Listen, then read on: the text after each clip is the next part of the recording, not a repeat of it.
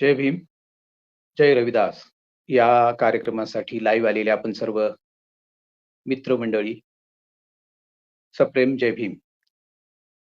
आज आपला विषय जो आहे, संत रविदासांचे बेगमपूर आणि आजचा संघर्ष असा हा विषय आहे आणि या विषयावरती मी काही मत आपणासमोर, काही मंथन मी आपणासमोर मांडणार आहे. एकतर संतांच्या संदर्भामध्ये एक आपल्या समोर प्रस्थापित व्यवस्थेनं एक विपर्यस्त असं चित्र उभं केलेलं आहे. एकतर संत म्हणजे अतिशय भोळे भाबडे, धार्मिक सत्पुरुष किंवा देवभोळे सत्पुरुष अशा स्वरूपाची एक प्रतिमा त्यांची रंगवलेली आहे. आणि त्याद्वारे की त्यांचं जे एक व्यक्तिमत्व आहे, त्यांचं जे एक क्रांतिकारी किंवा समाज व्यवस्था बदलणारं त्यांचं एक व्यक्तिमत्व आहे, ते व्यक्तिमत्व पुसून टाकण्याचा प्रयत्न इथल्या प्रतिगामी शक्तीने केलेला आहे. त्यांचं जे संत आहे, त्या संतांचं आणि इथल्या देशामधली एक जी श्रमण परंपरा आहे, त्या श्रमण परंपरेचं नातं आहे, अशा स्वरूपाचं सुद्धा जे काही चित्र आहे, ते चित्र धूसर करण्याचा प्रयत्न इथल्या प्रतिगामी शक्तीने केलेला आहे. आणि त्यामुळं आपलेच महापुरुष ज्यांनी या देशामध्ये जाती व्यवस्थेविरुद्ध बंड पुकारलं आणि त्यांनी एक महास्वप्न आपल्याला दिलं, त्यांनी एक लढण्यासाठी आपल्याला बळ दिलं. हे जे काही नॅरेटिव्ह या देशामध्ये सेट व्हायला हवं होतं, हे कथन सेट व्हायला होतं, ते कथन सेट होताना दिसत नाहीये. तर वस्तुस्थिती अशी आहे का? म्हणजे बाबासाहेबांनी जर आपला the untouchables who were then why they become untouchables हा जो ग्रंथ आहे, त्या ग्रंथाला 3 संतांना अर्पण केलेलं आहे. हे जर आपल्याला कळलं नसतं, तर कदाचित मीही माझ्यासारखा माणूसही, अभ्यासकही संत चळवळीकडं दुर्लक्ष मी केलं असतं. आणि मग मला जेव्हा कळालं, की बाबासाहेब हे अर्पण करतात त्यांच्या पुस्तकाला 3 संतांना, त्या 3 संतांपैकी एक संत आहे रविदास आणि बाकीचे चोखामेळा आणि नंदनार आहेत. त्या अर्पण पत्रिकेमध्ये बाबासाहेब जे या संतांच्या संदर्भात म्हणतायत ते फार महत्वाचं आहे. त्यामध्ये म्हणतात, की या संतांचं जे काही कार्य आहे, ते आपण अंतःकरणामध्ये कोरलं पाहिजे. आणि जरी ते अस्पृश्य जातीमध्ये जन्मले असले तरी आपल्या आपल्या कार्यानं, आपल्या सत्शीलतेनं त्यांनी सर्वांच्या मनामध्ये आदराचं स्थान निर्माण केलेलं होतं, असं बाबासाहेब म्हणतात. ते won the esteem of all असं बाबासाहेब म्हणतात. Through their pity and virtue they won the esteem of all असं बाबासाहेब म्हणतात.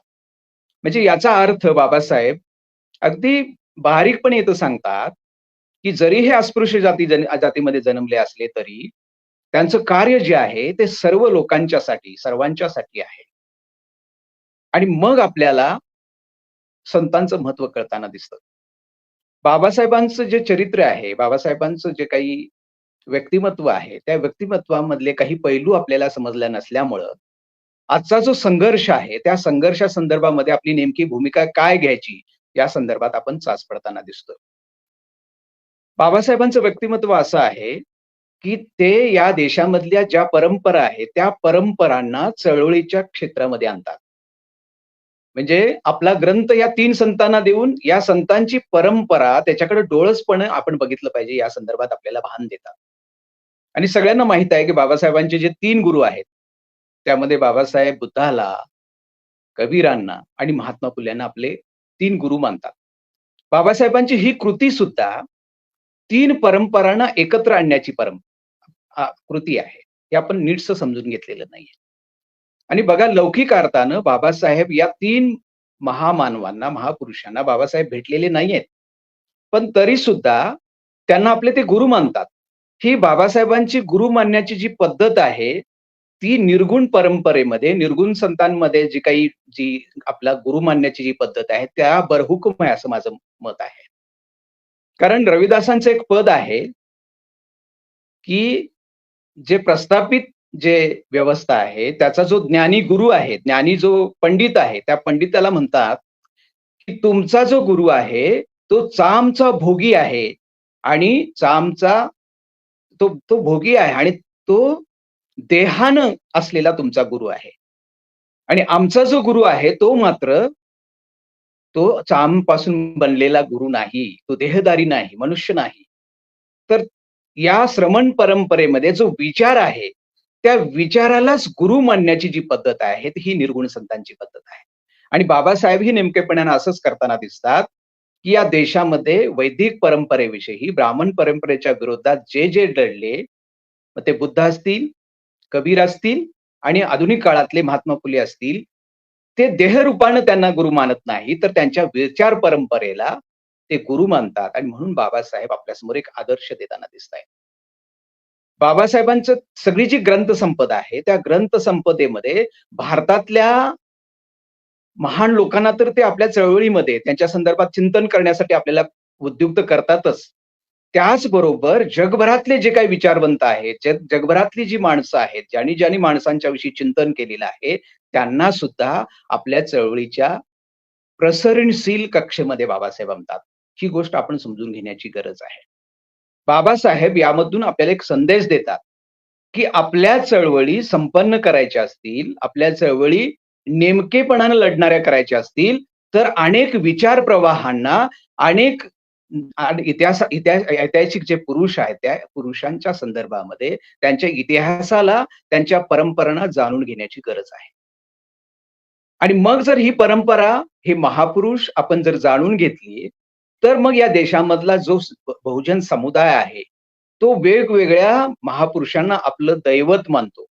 आपला नेता मानतो, आपले महामानव मानतो आणि त्याद्वारे आपलं आयुष्य कंठताना दिसतो किंवा काही स्वरूपामध्ये चळवळी करताना दिसतो.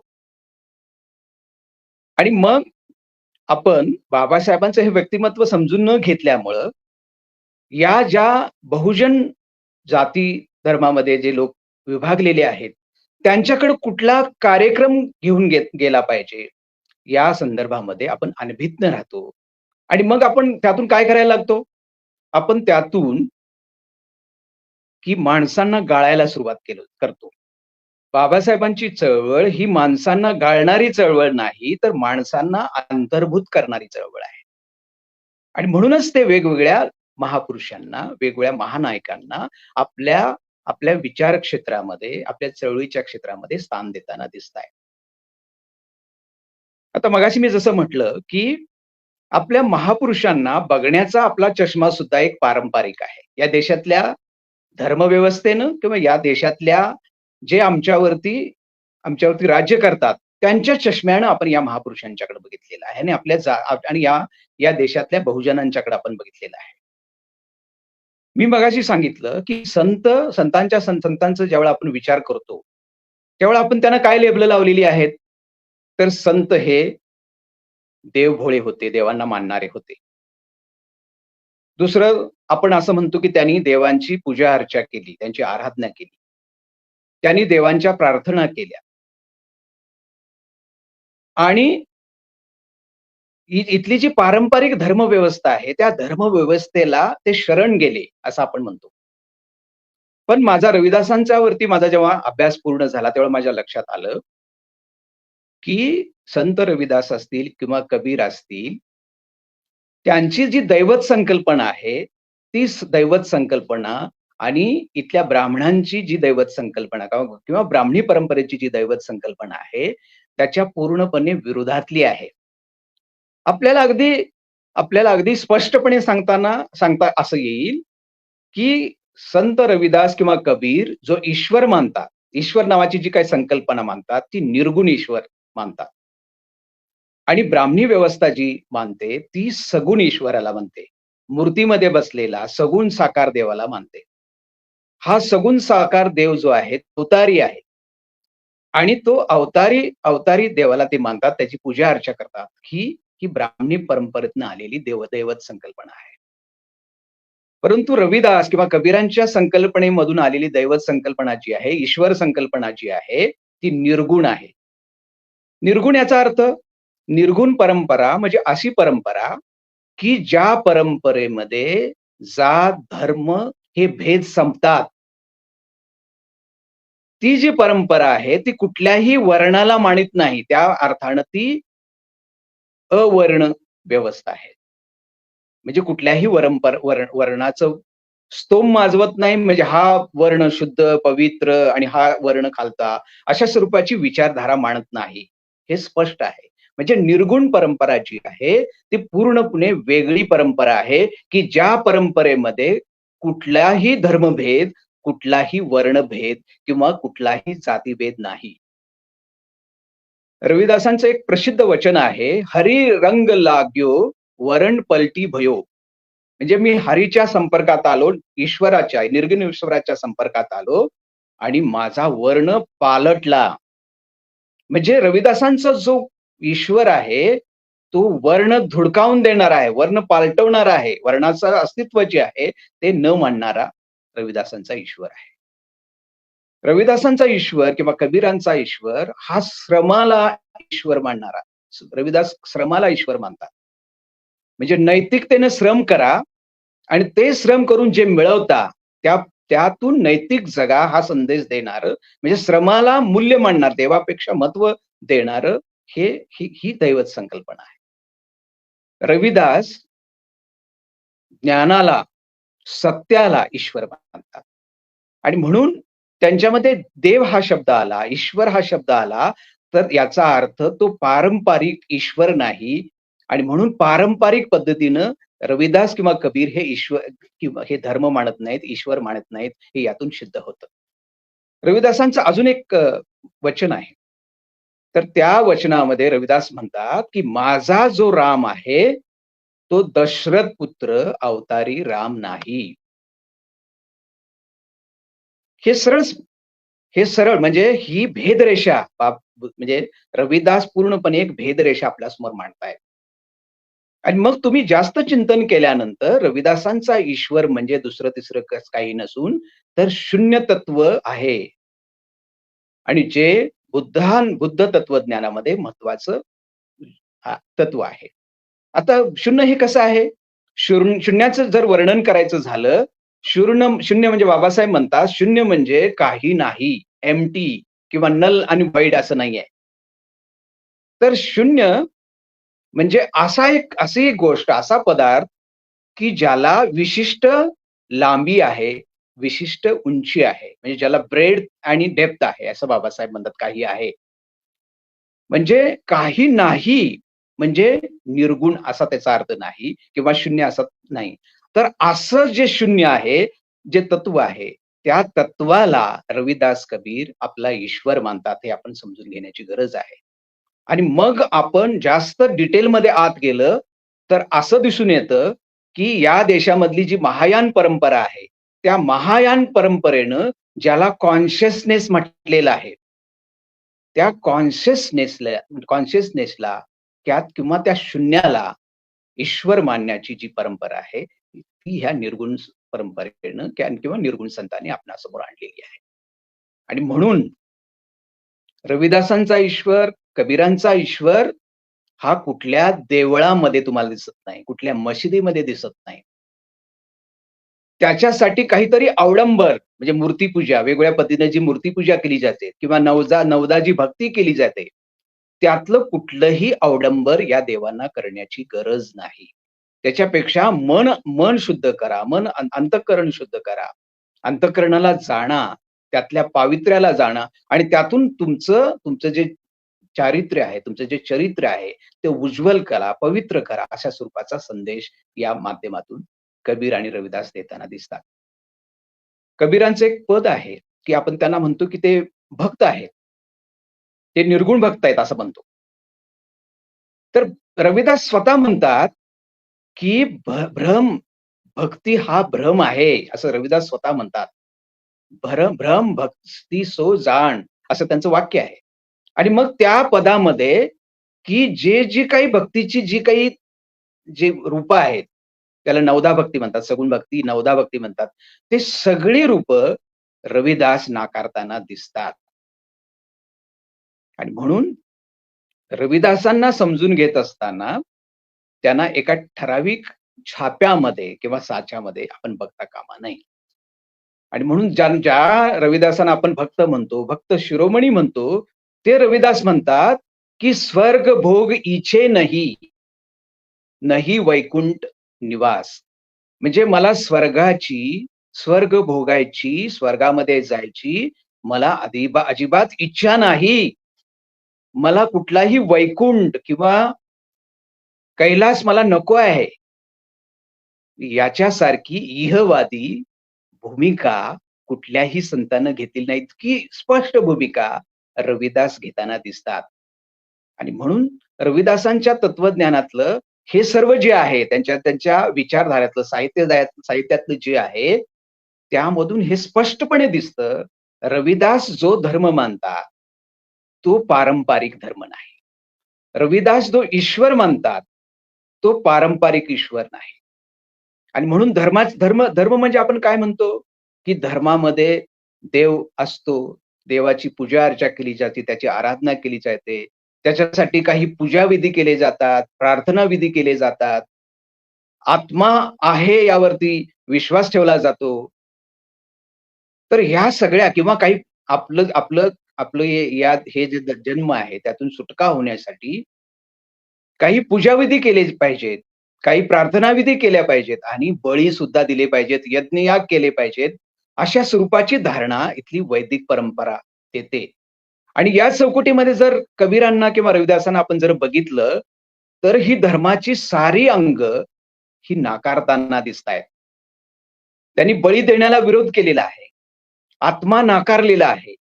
पूजाविधी पारंपरिक कर्मकांड किंवा पूजाविधी नाकारलेली आहेत. यावरून स्पष्ट होतं, की रविदासांचा धर्म हा पारंपरिक धर्म नाही. मग रविदासांचा धर्म काय आहे? रविदासांचा जो धर्म आहे, त्या धर्मामध्ये धर्म जो आहे, तो या जगाची पुनर्रचना करायला शिकवतो. आता तुम्ही म्हणाल, की या बाबासाहेबांचं वाक्य आहे, की जो बौद्ध धर्म म्हणजे काय? बुद्ध धर्म काय आहे? तो जगाची पुनर्रचना करणं हे बौद्ध धर्माचं कार्य आहे, असं बाबासाहेब म्हणतात. आणि त्यालाच धरून मी म्हणतोय, की जगाची पुनर्रचना केली पाहिजे, असं रविदास म्हणतात. त्याला काय आधार आहे? माझ्या या म्हणण्याला आधार देण्यासाठी बेगमपूर नावाचा त्यांचं जे महास्वप्न आहे किंवा त्यांचा जो युटोपिया आहे, त्या युटोपियामध्ये म्हणजे युटोपियामध्ये जगाची पुनर्रचना झाली पाहिजे, असा ते आपल्याला एक संदेश देतात. आता बेगमपूर जे आहे बघा, ज्याला भक्त म्हटलं जातं, जो देवभोळा आहे म्हटलं जातं, ज्याने ईश्वर मांडला असं म्हटलं जातं, ते रविदास अंतिमतः इच्छा जी व्यक्त करतात, ती एका बेगमपूर या गोष्टीची इच्छा व्यक्त करतात. बेगमपूर म्हणजे एक नगर नाही, फक्त एक शहर नाही. तर त्यांच्या बेगमपूर या कवितेमध्येच एक शब्द आलेला आहे. तो शब्द म्हणजे ते एक वतन आहे, तो एक देश आहे. म्हणजे रविदास ज्या देशामध्ये राहतात, त्या देशामधली व्यवस्था जी आहे, समाज व्यवस्था आहे, धर्म व्यवस्था आहे, राजकीय व्यवस्था आहे, त्या राजकीय व्यवस्थेविरुद्ध त्या राजकीय व्यवस्थेमध्ये किंवा धर्म व्यवस्थेमध्ये, जात व्यवस्थेमध्ये, समाज व्यवस्थेमध्ये रविदास संतुष्ट नाहीत, समाधानी नाहीत. आणि म्हणून ते एका महास्वप्नाचा ध्यास आपणाला देतात. इंग्लिशमध्ये ज्याला युटोपिया म्हणतात. म्हणजे असं एक कल्पित शहर किंवा इच्छिलेला देश, की ज्या देशामध्ये स्वातंत्र्य, समता, बंधुता, न्याय या सर्व गोष्टी मिळतात. ज्या देशाची मालकी ही सर्व समाजाची मालकी आहे, जिथं फक्त आणि फक्त समता आहे, असं जो थॉमस मूर म्हणतो आपल्या युटोपियामध्ये म्हणतो, ती सगळी तत्व, सगळ्या गोष्टी रविदासांच्या बेगमपूरमध्ये आहेत. आपणा सगळ्यांना माहिती आहे रविदासांना बहुसंख्य लोकांना आता रविदासांच्या बेगमपूर विषयी माहिती आहे. तर त्या बेगमपूरमध्ये ही सगळी तत्व आहेत. म्हणजे बेगमपूर या नावापासूनच सुरुवात होते, की असा देश, की ज्या देशामध्ये किंवा ज्या अशा एक देशामध्ये दुःख नाही. म्हणजे कुठल्याही स्वरूपाचं दुःख नाही. याचा अर्थ दुसरा अर्थ असा होतो, की त्या देशातली माणसं ही सुखी समाधानी आहेत आणि म्हणून दुःख नसलेला देश म्हणजे बेगमपूर आहे. आणि मग त्या बेगमपूरमध्ये आपण त्या बेगमपूरच्या आत गेल्यानंतर असं कळतं, की तो जो देश आहे, त्या देशामध्ये तुम्हाला कुठंही जायला अटकाव नाही. तिथले महल, राजे-रजवाडे, तिथले मंत्री तुम्हाला कुठेही अडवत नाही. तिथं कुठेही जायचं, काही करायचं स्वातंत्र्य आहे. म्हणजे याचा अर्थ स्वातंत्र्य मूल्य या व्यवस्थेमध्ये आहे. या युटोपियामध्ये, या बेगमपूरमध्ये आहे. त्याच्यामध्ये हा दुय्यम, हा तिय्यम, हा खालचा, वरचा असे सामाजिक भेद नाहीत. म्हणजे जातीभेद जे आपल्या देशामध्ये जसे जातीभेद आहेत, तशा स्वरूपाचे जातीभेद या देशामध्ये नाहीत. म्हणजे या बेगमपूरमध्ये समता आहे. आता या बेगमपूरमध्ये जर हे सगळ्यांना सगळं जर स्वातंत्र्य असेल, समता असेल, तर निश्चितपणे या बेगमपूरमध्ये सगळ्यांना न्याय मिळतो, असं त्यातून त्याचा अर्थ होतो. आणि सगळ्यात शेवटी या बेगमपूरमध्ये एक सगळ्यात शेवट बेगमपूर ह्या जी कविता आहे रविदासांची, त्या कवितेमध्ये शेवटचं वाक्य आहे, की यामधले जे काही वासी असतील, या देशामधले जे काही लोक असतील, वासी असतील, ते सगळे आमचे मित्र आहेत. आता ही मैत्रीची जी संकल्पना आहे, ती संकल्पना म्हणजे, की सगळ्यांना मित्र मानण्याची जी गोष्ट आहे, ती मैत्री आहे. आता आपल्या सगळ्यांना माहिती आहे, की बंधुता आणि मैत्री याच्यामध्ये सगळ्यांना आपल्यासारखं मानणं म्हणजे बंधुता. आणि किंवा त्याचंच पुढचं विकसित रूप म्हणजे मैत्री. तर या बेगमपूरमध्ये म्हणून मी मगाशी जसं सांगितलं, की या बेगमपूरमध्ये ही सगळी तत्व आहेत, की जी आजच्या आधुनिक युगानं ती मांडलेली आहेत. आणि म्हणून रविदास ही जी व्यवस्था मानतायत, त्या व्यवस्था यावी यासाठी एक स्वप्न आपणासमोर मांडतायत. ते स्वप्न आध्यात्मिक स्वप्न नाही. देवाला भजायचं किंवा देवाला प्राप्त करायचं, आत्म्याची मुक्ती करायची, स्वर्ग प्राप्त करायचं, अशा स्वरूपाचं हे बेगमपूर नाही. बेगमपूरचं आणखी सगळ्यात वैशिष्ट्य म्हणजे तिथल्या त्या बेगमपूरमध्ये कुठल्याही धार्मिक गोष्टी नाही आहेत. तिथं धार्मिक म्हटल्या जाणाऱ्या कुठल्याही विधी केल्या जात नाहीत. धार्मिक स्थान म्हटलेलं असं कुठलंही मंदिर किंवा मस्जिद नाहीये. म्हणजे याचा अर्थ, की रविदासांची ही बेगमपूर जी आहे, ती पूर्णपणे कल्पना जी आहे, ती पूर्णपणे सामाजिक, पूर्णपणे राजकीय संकल्पना आहे. आणि तुम्ही बघताय, की आज जो पॉलिटिक्स हा शब्द आहे, त्या पॉलिटिक्स या शब्दाचा किंवा ज्याला आपण राजकीय असं म्हणतो, राजकारणाशी संबंधित शब्द पॉलिटिक्स म्हणतो. त्या पॉलिटिक्सचा अर्थ जर आपण समजून घेतला, तर त्याचा अर्थ असा होतो पॉलिटिक्स हा शब्द लॅटिन पॉलिटिकोस या शब्दावरून आलेला आहे. आणि त्याचा अर्थ आहे सिटी स्टेट्स म्हणजे नगर राज्ये असं त्यांचं म्हटलं जातं. आणि कबीरांचं किंवा रविदासांचं जो युटोपिया आहे, तो युटोपिया सुद्धा एक नगर राज्य आहे. म्हणजे याचाच अर्थ, की रविदास आपल्याला एक सामाजिक व्यवस्था, एक उन्नत सामाजिक व्यवस्था देऊ इच्छित होते आणि एक उन्नत राजकीय व्यवस्था सुद्धा असली पाहिजे, याच्या संदर्भामध्ये आपल्याला ते दिशानिर्देशन करताना दिसतात. रविदासांचं एक फेमस पद आहे, आपल्या सर्वांना माहिती आहे, की त्यामध्ये रविदास म्हणतात, की मला असं राज्य पाहिजे, की ज्या राज्यामध्ये सर्व समान असतील, तिथे छोटे-मोठे, हा छोटा, हा मोठा असे असमान भेद नसणार आहेत.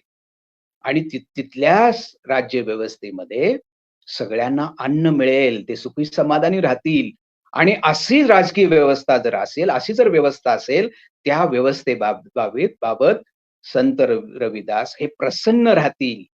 रविदास रहे प्रसन्न असं ते म्हणतात. म्हणजे याचा अर्थ रविदासांनी जरी बाहेरून जरी पेहराव धार्मिक घेतला असला तरी, ते सर्व धार्मिक संकल्पनांचा वापर करत असले तरी तर असले तरी सुद्धा त्यांचा जो वैचारिक जो पाया आहे, तो पूर्णपणे सामाजिक आहे. आणि ज्याला आता आपण ज्याला पारंपरिक धार्मिक म्हणतो तशा स्वरूपाचा नाही. ही यातून आतापर्यंतच्या या थोड्याफार विवेचनामधून आपल्या लक्षात आलं असेल. तर अशा ह्या रविदासांनी आपल्या समोर एक हा रोड मॅप दिलेला आहे. कुठल्या मार्गाने तुम्हाला जायचं आहे. आणि म्हणून मग रविदासांचे जे अनुयायी असतील, त्या सर्व अनुयायांची एक जबाबदारी आहे. आजच्या काळामध्ये रविदासांचं बेगमपूर आपल्याला साकारायचं की नाही आहे. आणि मग रविदासांचं बेगमपूर साकारायचं असेल, तर आता या देशामध्ये जी व्यवस्था आहे, त्या व्यवस्थेसंदर्भामध्ये आम्ही बंड करून उठणार आहोत की नाही, हे याच्या संदर्भात आपण विचार केला पाहिजे. आता म्हणजे की एक नवी समाज व्यवस्था आता जी समाज व्यवस्था आहे, धार्मिक व्यवस्था आहे, जी राजकीय व्यवस्था आहे, त्या राजकीय व्यवस्थेची पुनर्रचना करण्याची गरज आहे. याचाच अर्थ रविदासांच्या या बेगमपुरामध्ये व्यक्त होत असतं मी मांडलेलं आहे. आणि म्हणून आपली एक जबाबदारी बनते, की आपल्याला सुद्धा आधुनिक काळामध्ये, आजच्या काळामध्ये बेगमपूर कुठं आहे याचा शोध घेण्याची गरज आहे. आणि मग हे बेगमपूर आपल्याला दिसेल मागच्या संविधानामध्ये दिसेल. या देशातल्या सगळ्या त्या काळच्या महान नेत्यांनी जे संविधान आपल्याला दिलं, बाबासाहेबांच्या अध्यक्षतेखाली, बाबासाहेबांच्या लीडरशिपसाठी खाली जी ड्राफ्टिंग कमिटी होती, त्या कमिटीने जे काही आपल्याला हे संविधान दिलं किंवा राज्यघटना दिली, त्या राज्यघटनेमध्ये रविदासांचं बेगमपूर आहे. आणि मग त्यामध्ये जर हे बेगमपूर असेल, या राज्यघटनेमध्ये जर हे बेगमपूर असेल, तर ती राज्यघटनाच आता धोक्यात आलेली आहे, अशा स्वरूपाचं आताचं चित्र आहे. आणि म्हणून जी राज्यघटना आपल्याला सर्व काही देते, महान तत्व, जगण्याची महान तत्व देते, स्वातंत्र्य, समता, बंधुता आणि लोकशाही देते आपल्याला. गणराज्य व्यवस्था आपल्याला देते. आधुनिक काळातली गणराज्य व्यवस्था आपल्याला देते. लोकसत्ताक व्यवस्था लोक ज्या देशाचे मालक आहेत, अशी व्यवस्था देते. न्याय व्यवस्था एक उन्नत देते. ती राज्यघटना, त्या राज्यघटनेमध्ये बेगमपूर असेल, तर ते बेगमपूर वाचवण्यासाठी आपल्याला आजच्या काळामध्ये काही संघर्ष करण्याची गरज आहे. मग संघर्ष करताना या महामानवांना जे मानणारे जे समाज घटक आहेत, त्या समाज घटकांचं काही प्रबोधन करण्याची गरज आहे. की या देशामधली एक राजकीय व्यवस्था संविधानानं दिली, राज्यघटनेने दिली. ती राजकीय व्यवस्था जाते की काय अशी परिस्थिती आलेली आहे. आणि असे असताना ज्यांच्यावर ही जबाबदारी दिलेली आहे, ते समूह घटक काय करतायत? ते समूह घटक वेगवेगळ्या जातीमध्ये विखुरलेले आहेत. ते समूह घटक विविध महामानवांच्या किंवा महानायकांच्या मयंत्या करण्यामध्ये मशगूल आहेत. आणि आपल्या चळवळीचं सूत्र फक्त आणि फक्त आपल्या जातीमध्ये रम्माण होणं, आपल्या जातीसाठी संघर्ष करणं आणि महामानवांचे ज्या जयंती आहेत त्या साजऱ्या करणं, याच्यामध्येच आपण सर्वजण इति कर्तव्यता मांडताना दिसतो आहोत. त्याच्यापेक्षा पण अजून एक भयानक आहे. बाबासाहेब आपल्या विचारांच्या माध्यमातून, आपल्या पुस्तकाच्या माध्यमातून, तत्वज्ञानाच्या माध्यमातून सर्व बहुजन महामानवांना, महानायकांना आपले महापुरुष आणि आपले महानायका म्हणून देत असताना, आपण मात्र त्यांना त्यांना त्या जातीमध्ये आपण बंदिस्त करत आहोत. अर्थात असं करणं, असं त्या विशिष्ट जाती का करतात त्याचं कारणही आपला समाज आहे, आपला बहुजन समाज आहे. कारण बहुजन ज्या जाती आहेत, त्या बहुजन जाती सर्व हे आपले उद्धारकर्ते आहेत. असं न मानता आपल्या जातीमधून जे महापुरुष आहेत, तेच फक्त उद्धारकर्ते आहेत, असं समजून बसलेले आहेत. आणि म्हणून असं असल्यामुळं प्रत्येक जातीनं वाटायला लागलेलं आहे, की आपले महापुरुष हे दुर्लक्षित महापुरुष आहेत. आणि म्हणून आपले महापुरुष किंवा महानायिका यांनी सर्व जातींसाठी केलं असताना सुद्धा या देशातल्या जातीवादी ज्या शक्ती आहेत किंवा जातीवादी जे लोक आहेत, ते आपल्या महापुरुषांना मानत नाहीत, अशी एक भावना लोकमानसामध्ये आहे. आणि म्हणून त्यामधून ही गोष्ट होताना दिसते आहे. आणि मग यावरती उपाय काय? यावरती उपाय आहे, की सर्वच बहुजन समाजाने, समाज घटकांनी हे मानून चाललं पाहिजे, की आपले जे महापुरुष आहेत, त्यांचं काम हे एका विशिष्ट जातीसाठी नव्हतं. मग यातलं कुठलंही उदाहरण घ्या, महापुरुषाचं उदाहरण घ्या. बाबासाहेबांचं उदाहरण असेल, महात्मा फुल्यांचं उदाहरण असेल, शिवाजी महाराजांचं, शाहू महाराजांचं उदाहरण असेल किंवा बुद्धांचं, कबीराचं, रविदासांचं उदाहरण असेल किंवा आधुनिक काळामध्ये गाडगेबाबांचं जे कार्य आहे, तुकारामांचं जे कार्य आहे किंवा अहिल्याबाई होळकरांचं जे कार्य आहे, जिजाऊंचं जे कार्य आहे, त्यांचं जर डोळसपणे त्यांच्या चरित्राचं, त्यांच्या कार्याचं आपण परिशीलन केलं, डोळसपणे आपण त्यांना जर अभ्यासलं, तर लक्षात येईल, की त्यांचं कार्य हे सर्व समाज घटकांसाठी होतं. आणि म्हणून त्या महामानवांना, त्या महानायकांना सर्व बहुजन समाजानं योग्य तो मान देणं आणि एकत्रितपणे जर आपण या महापुरुषांना मानायला लागलो, त्यांचं कर्तृत्व आपण जाणायला लागलो, तर मग आपण जो वेगवेगळ्या जातीमध्ये जो विभागलेला जो समुदाय आहे, तो समुदाय एकत्र करू शकू आणि त्यांना त्यांच्यामध्ये एकत्र करण्याचं जे भान आलं, ते एकत्र आहेत, ते एक आहेत, असं जर भान आलं, तर मग मात्र संघर्ष करणं सोपं होऊन जातं. आता दुसऱ्या काही गोष्टी आहेत. वेगवेगळ्या जातींना बघण्याचे जे आपले चष्मे आहेत, त्या चष्म्यांना दुरुस्त करण्याची गरज आहे.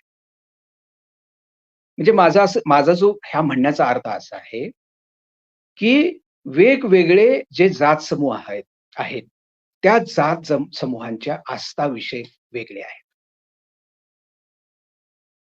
ते वेगवेगळ्या परंपरा मानतात. वेगवेगळे देव मानतात. आणि मग आपल्याकडे कसं चळवळीत काम करणारे आपण सगळे लोक काय करतो, की एखाद्या विशिष्ट जातीमधले जर विशिष्ट धर्म मानणारे असतील, विशिष्ट देव मानणारे असतील, तर आपण त्यांना लगेच फुल्या मारतो किंवा त्यांना अपमानास्पद अशा स्वरूपाचे आपण त्यांच्याशी बोलतो आणि आपल्याशी ते जोडण्याची जी काही प्रक्रिया आहे, असं न होता तोडण्याची प्रक्रिया होते. आणि म्हणून जर आपल्याला आजचा संघर्ष तीव्र करायचा असेल, तर आपल्याला काही प्रायोरिटीज किंवा काही पथ्य पाळावे लागतील. त्यासाठी आपल्याला ब्रॉड होण्याची गरज आहे. जास्त सर्वसमावेशक होण्याची गरज आहे. आपला लढा हा जात धर्माविरुद्धचा असेल, तर त्याच्यासाठी आपल्यावरती शोषण जे होतं, त्या शोषणाविरुद्ध लढण्याची भावना सर्व जातीमध्ये, त्या शोषणाविरुद्ध प्रतिकार करण्याची भावना निर्माण करायची असेल, तर आपण जे काही त्यांना लेबल लावून बाजूला करतो, त्या लोकांना बाजूला करण्याच्या भूमिकेपासून आपण दूर झालं पाहिजे. म्हणजे उदाहरणार्थ एक गोष्ट मी उदाहरण सांगतो. म्हणजे मगाशी जसं सांगितलं, की केवळ ते देव मानतात म्हणून आपण त्यांना त्यांना नाकारतो किंवा त्यांच्यावरती टीका करतो. आणि मग तुम्हाला माहिती आहे, की समूह घटक जे आहेत, ते देव म्हणजे त्यांच्या आई-वडिलांसारखे आहेत. म्हणजे तेवढे आदर आहे त्यांना, आदर आहे. आपल्या प्राणापेक्षाही आदर आहेत. आणि त्या स्थानांवरतीच तुम्ही जेव्हा टीका करता, तेव्हापासून ते निश्चितपणे तुमच्यापासून दूर जायला लागतात. आणि म्हणून की त्यांना समजून घेण्याची गरज आहे. त्यांना सबुरीने घेण्याची गरज आहे.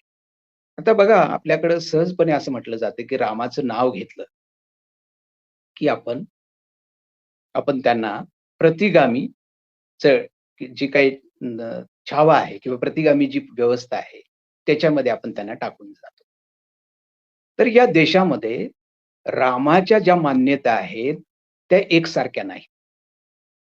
या देशामधला जो बहुजन समाज आहे, समुदाय आहे, बहुजन समाज आहे, तो रामाला वेगवेगळ्या पद्धतीने मानतो. म्हणजे मगाशी मी जसं सांगितलं, की रविदास आणि कबीरांचा जो राम आहे, रविदास आणि कबीरांचा जो रहीम आहे, तो निर्गुण आहे. निर्गुण राम आहे, निर्गुण रहीम आहे, निर्गुण करतार आहे, निर्गुण खालिक आहे, खालिद आहे. म्हणजे या देशामधली जी बहुजन जनता आहे, ती जी रामाला मानते, त्या रामाला मानण्यामध्ये ह्या निर्गुण संतांचा जो राम आहे, त्याचा प्रभाव आहे ह्याचं आपण समजून घेतलं पाहिजे. आता याला याला जोडून मी काही विवेचन करू इच्छितो. आता बघा तुम्ही खेडेगावामध्ये जर गेला, तर प्रत्येक जण विशेषतः बहुजनांमधला जो जो माणूस असेल, तो एकमेकांना राम-राम या नावानं बोलवतो.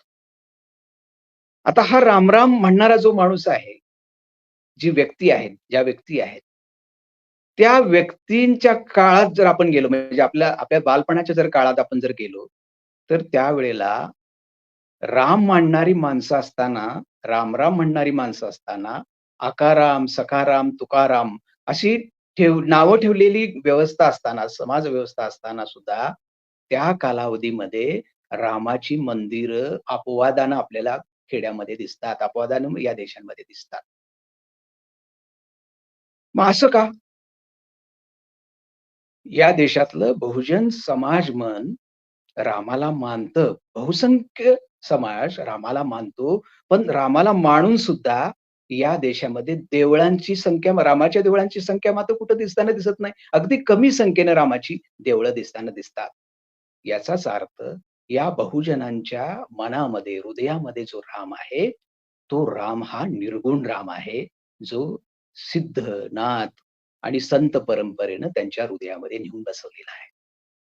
आणि हा जो राम आहे, तो राम हा अवतारी राम नाही. तो वर्ण पालटवणारा, जातीभेद नाकारणारा, वर्णाश्रम व्यवस्था नाकारणारा, श्रम श्रमाला मान देणारा, सत्याला मान देणारा राम आहे.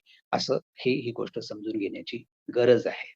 म्हणजे या समाज व्यवस्थेमधले जे शब्द आहेत, ज्या परंपरा आहेत, त्या डोळसपणानं आपण जर समजून घेऊ शकलो, तर मग आपल्याला चळवळी बांधणं शक्य होईल. या देशातलं मानस, या देशातलं बहुजन मानस आपल्याला समजेल आणि मग त्या माणसावरती, त्या मनावरती संस्कार करणारे जर आपण कार्यक्रम राबवू शकलो, तर मग या देशामधल्या चळवळी खऱ्या अर्थानं सर्व माणसांना बांधणाऱ्या चळवळी असतील आणि मग या देशामध्ये जे जे लोक आहेत, प्रतिगामी लोक आहेत, जे सनातनी लोक आहेत, ते या देशामध्ये जे राज्य आणू इच्छितात, त्या ती जी काही व्यवस्था आणू इच्छितात, त्याच्या विरोधात जर माणसांना उभं करायचं असेल, तर आपल्याला या माणसांच्याकडं डोळसपणे, समंजसपणे त्यांना आपले एक मित्र म्हणून आपण त्या समुदायाकडे गेलं, जबाबदारीने गेलं,